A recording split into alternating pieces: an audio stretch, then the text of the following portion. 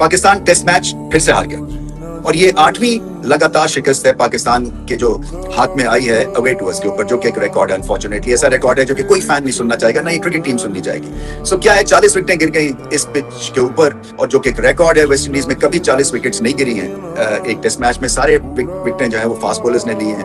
फिर दूसरी इनिंग्स में, क्योंकि वो क्रिटिकल मोमेंट था इस टेस्ट मैच में, सो वेस्ट इंडीज खेलती है 55 ओवर्स और पाकिस्तान खेलते हैं 40 ओवर्स।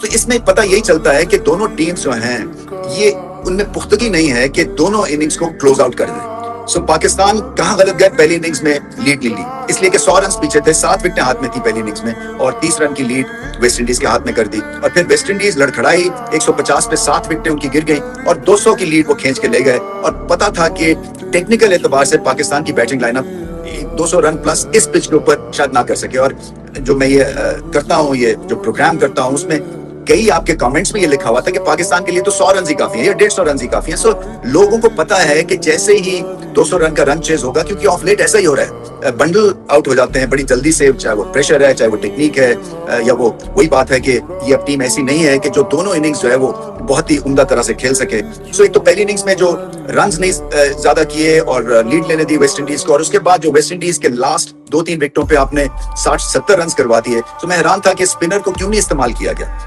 स्पिनर आपके पास ऑप्शन था, टेल एंडर्स उठा के मार देते हैं, क्योंकि स्पिन को देख के जैसे ही फ्लाइट देखते हैं उनके राल टपकनी शुरू हो जाती है। सो क्यों नहीं चांस लिया पाकिस्तान ने कि स्पिनर को एंगेज करते। फिर से वही प्रॉब्लम था कि late middle order second innings में बिल्कुल नहीं चला। 8 बैट्समैनों ने बिलो 10 स्कोर किया। Can you believe it. Babar Azam ने अच्छी नीट इनिंग्स खेली है, बट ये मामला उनके हाथ से निकल गया हुआ था जब 60 पे 7 विकेटें गिर गई थी। शान मसूद की इंजरी ने भी पाकिस्तान को एक तरह से डिसरप्टिव वो एलिमेंट साबित हुआ। और फिर यही बात है कि अगर वो अब्बास ना स्लॉगिंग करते तो बहुत पहले से मामला ये खत्म हो जाना था। सो यही प्रॉब्लम चल रहा है इस दफा। टॉप ऑर्डर में भी मसले थे, पार्टनरशिप्स नहीं लगी, और फिर उसके बाद वही बात है कि टेक्निकल एतबार से पाकिस्तान की बैटिंग लाइनअप लुढ़कती है। अपने से ऊपर की टीम से जब खेलते हैं तो फिर क्वालिटी का फर्क आ जाता है। जब वेस्ट इंडीज से खेलते हैं तो फिर ऐसी पिच पे अगर वो फंस जाएं तो फिर उसमें टेक्निकल एतबार से ये बैटिंग जो है ना ये फायर अप नहीं करती है। बॉलिंग भी पैचेस में ठीक है, एक आधा आउटस्टैंडिंग आपको एफर्ट अब्बास से मिला, बट जनरली बाकियों ने कोशिश तो की है, बट वो ऐसी चीज नहीं थी कि बिल्कुल ही चित कर देते। देखिए पेस नहीं है इस अटैक में।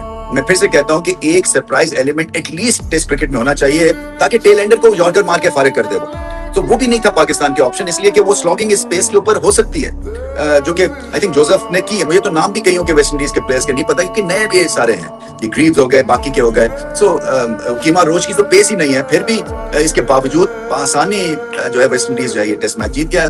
सो ये बड़ी बड़ी गलतियां हैं जो कि पाकिस्तान को ठीक करनी है। मैं पहले भी बात कर चुका हूं कि ये टीम के साथ हमने देखा है न्यूक्लियस यही है, जो पिछली हमें कई डिफीट्स में यही प्लेयर्स दिख रहे हैं।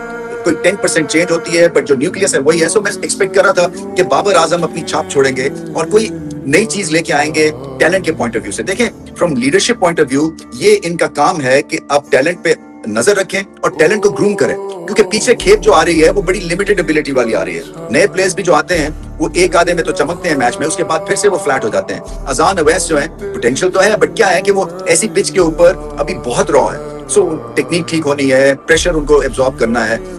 तो ये फिर से ये बात बनती है कि जो नया टैलेंट है वो भी उस लेवल का नहीं है कि जो इंटरनेशनल लेवल के ऊपर बाबर आजम एंड कंपनी को हेल्प कर सके।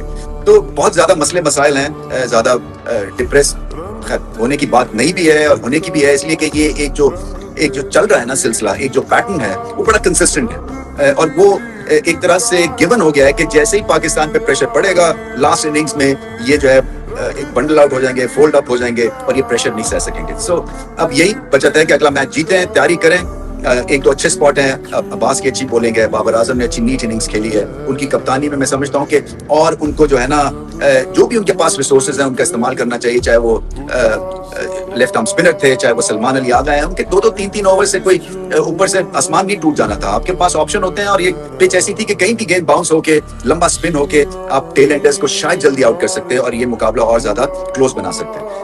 सो आगे मैच मस्ट विन हो गया है और सीरीज फिर से ऑन द लाइन हो गई है। और 2 मैचों की सीरीज का यही प्रॉब्लम होता है कि पहला मैच अगर हाथ से निकल जाए तो फिर सीरीज पकड़ना बड़ा मुश्किल हो जाता है। सो डिसअपॉइंटिंग है, दिल टूटता है फ्रैंकली मैं आपको बताऊं, इसलिए कि ये एक न्यू नॉर्मल बन गया अनफॉर्चुनेटली, जहां पे पाकिस्तान बाहर भी टेस्ट मैच जो है वो हार रहे हैं और घर में भी जो है वो कुछ खास कामयाबी हासिल नहीं कर रहे हैं।